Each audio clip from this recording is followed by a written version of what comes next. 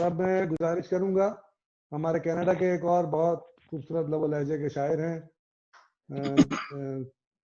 مصروفیت کی وجہ سے بھی دیر سے تشریف لائے ہیں، میں خوش آمدید بھی کہتا ہوں، اور بلا تاخیر گزارش کروں گا جناب بشارت عبدالحی صاحب سے کہ وہ اپنا کلام پیش کریں۔ بشارت عبدالحی صاحب بھی بہت خوبصورت لب و لہجے کے شاعر اور کینیڈا کے تقریباً تمام مشاعروں میں موجود ہوتے ہیں، بڑی محبت اور شفقت والے انسان ہیں۔ میں گزارش کرتا ہوں جناب بشارت عبدالحی صاحب سے۔ بشارت صاحب ہیں نا موجود آپ؟ ہاں جی ہاں جی، السلام علیکم۔ وعلیکم السلام۔ وعلیکم السلام۔ معذرت کے ساتھ تھوڑی سی دیر ہو گئی، ہمارے وہ کوئی انٹرنیٹ کا مسئلہ تھا تو بہرحال ٹھیک سال ہو گیا۔ آپ کو آواز آ رہی ہے نا سب کو؟ جی الحمدللہ سب کو آ رہی ہے۔ اچھا، تو میں غزل کے چند اشعار خدمت کرتا ہوں۔ ایسے کہ جیسے رنگ ہو کوئی گلاب میں، ایسے کہ جیسے رنگ ہو کوئی گلاب میں، دیکھا ہے میں نے آپ کو پھر آج خواب میں۔ شکریہ۔ دیکھا ہے میں نے انسانیت کی راہ پہ جب سے چلے ہیں ہم،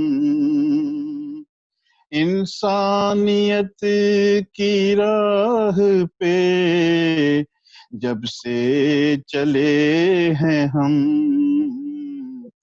باعث الجھ رہا ہے عذاب و ثواب میں، باعث الجھ رہا ہے عذاب و ثواب میں، روٹھی ہوئی بہار کو مدت گزر گئی، روٹھی ہوئی بہار کو مدت گزر گئی، روٹھی ہوئی بہار کو مدت گزر گئی، تازہ ہیں اب بھی پھول ہماری کتاب میں۔ شکریہ۔ ہر وقت بے تکلفی ہوتی نہیں پھلی،